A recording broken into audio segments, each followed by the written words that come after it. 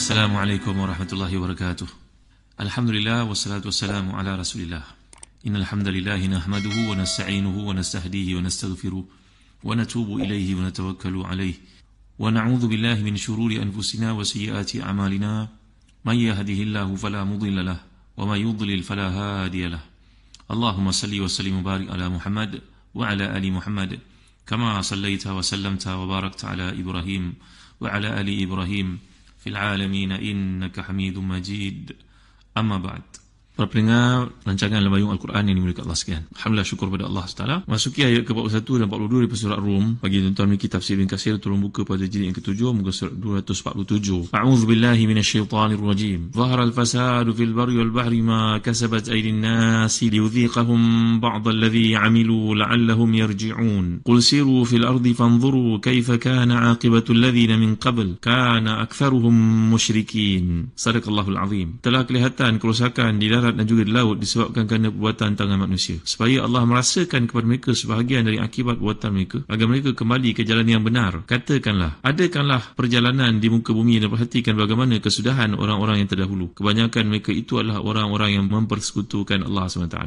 Kita menyambung kembali bincangan yang dikemukakan oleh Ibn Katsir berkaitan dengan kesan, impak daripada musibah ataupun fasad yang dilakukan oleh manusia. Maka datang musibah berbagai bentuk. Jadi seperti dalam hadis dari Abu Daud bahawa Nabi bersabda, lahadun yuqamu fil ard ahabu ila ahliha min an yumtaru arba'ina sabahan. Satu hukum had yang Allah tetapkan lalu manusia melaksanakannya sebagaimana ditetapkan oleh Allah, maka itu lebih disukai oleh makhluk yang ada di bumi, manusianya, binatangnya, berbanding daripada hujan diturunkan kepada mereka selama 40 hari. Hujan turun memang datang keberkatan, dan kita telah pelajari bahawa hujan yang Allah gambarkan sebagai ma' minas sama', bahawa sumber keberkatan itu kalau tukar jadi perkataan imtar, amtar, maka dia merujuk kepada kerosakan. Kalau turun begitu lama, maka banjir akan berlaku. Maka bila ketetapan yang dilaksanakan oleh manusia, kepatuhan mereka pada perintah Allah untuk dilaksanakan hukuman dalam bentuk yang dikehendaki oleh Allah, maka majoriti manusia, dan kita dah kisahkan makhluk pun akan mendapat kebaikan daripadanya. Kesan daripada hukuman itu dilaksanakan, maka orang akan menjadi takut. Bila orang jadi takut, maksiat ditinggalkan, dan dengan sebab itu tercapailah keberkatan di langit dan juga di bumi. Untuk itu kalau kita baca dalam hadis, nanti akhir zaman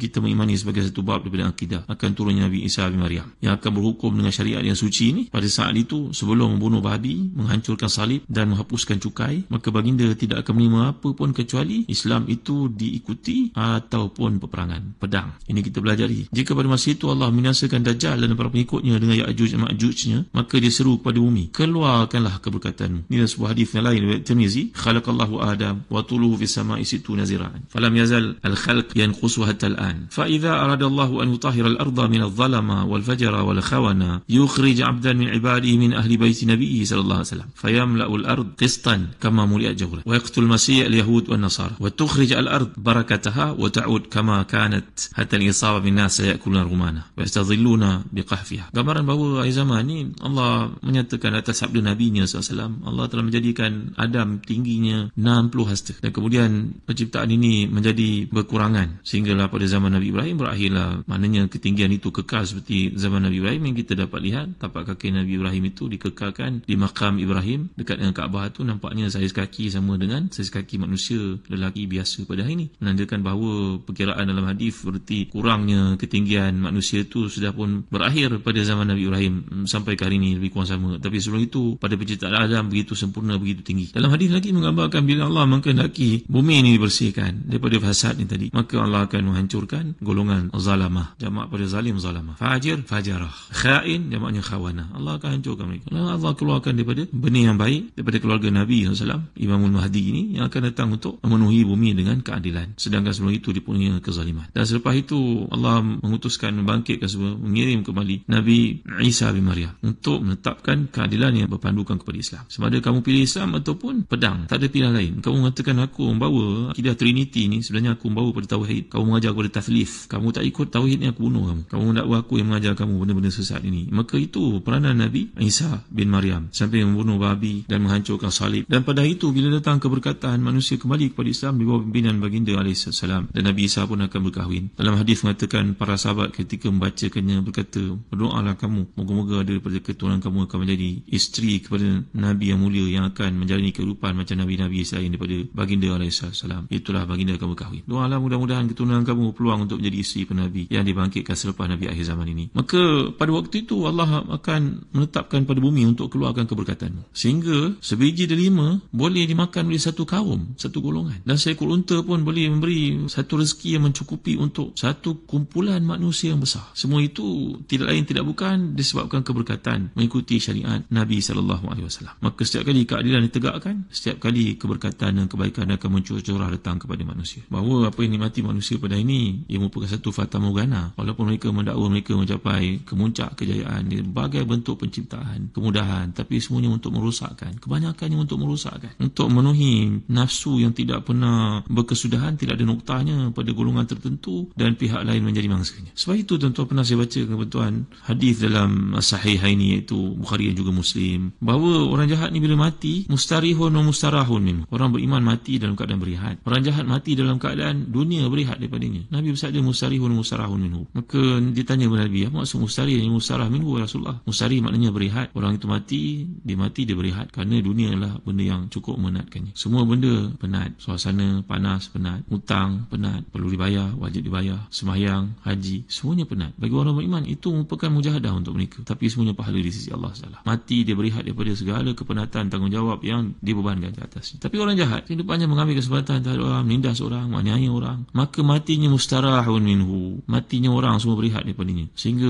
ada di kalangan manusia bila sampai kabar kematiannya, maka ada orang berkata, mati dah dia Alhamdulillah. Kenapa? Kerana kehidupannya membawa kesusahan kepada orang lain. Dan Nabi nyatakan ini bila matinya si fajir ini, yastarihu minhu al-ibad wasyajar wad-dawab. Mati orang jahat ini, manusia semua pesta mengetahuinya. Mati juga engkau akhirnya. Maka pokok-pokok binatang semua mendoakan kematian untuknya, kehancuran. Mereka semua gembira. Dan makhluk Allah ni gembira kematian mereka, seperti nyatakan oleh Nabi kita SAW.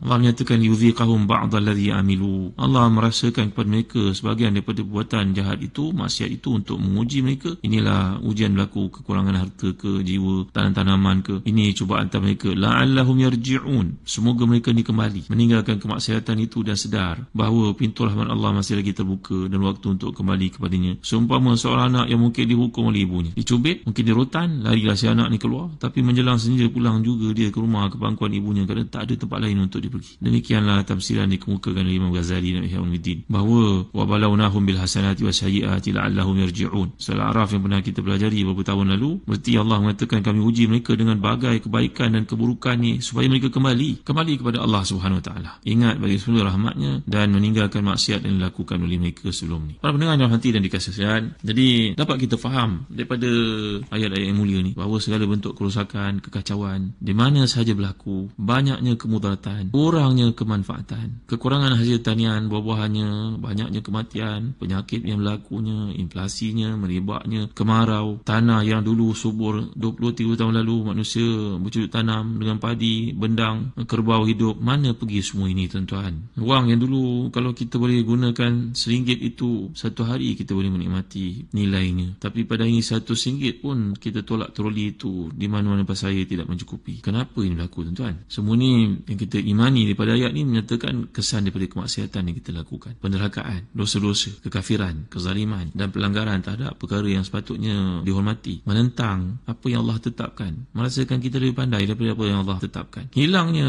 kesedaran muraqabah kepada Allah SWT. Ini disebut oleh Syekh Dr. Wahab Az-Zuhaidi Tafsir Munir. Ini semua memakan harta orang tanpa hak, tanpa cara yang sah. Jadi Allah mengenakan sebahagian daripada hukuman ini yang kita gambarkan tadi, liyuziqahum ba'dalladhi amilu la'allahum yarji'un, supaya manusia menyedari ini merupakan sebahagian kecil daripada balasan dosa-dosa yang mereka lakukan itu. Allah rasakan sedikit saja, seumpama makanan rasakan sedikit lidah, dalam contoh-contoh yang saya kemukakan sebelum ni, supaya si hamba ini sedar, insaf, menyedari kesalahannya, segera kembali kepada Allah SWT. Macam kembalinya si anak dan tafsiran Imam Ghazali ini tadi, bahawa satu kesalahan lakukan itu dia tak ada tempat lain untuk la malja'a minallah illa ilaih, la mafara minhu illa ilaih, tak ada tempat kembali melainkan kepada Allah juga. Jadi seterusnya kita dapat lihat bila Allah menyatakan kul siru fil ardi fanzuru kaifa kana aqibatul ladzina min qabl kana aktsaruhum musyrikin. Wahai Rasulullah, katakanlah kepada orang buat kerosakan, orang musyrik itu, jalanlah di muka bumi, kerana jalan ini menambah iman.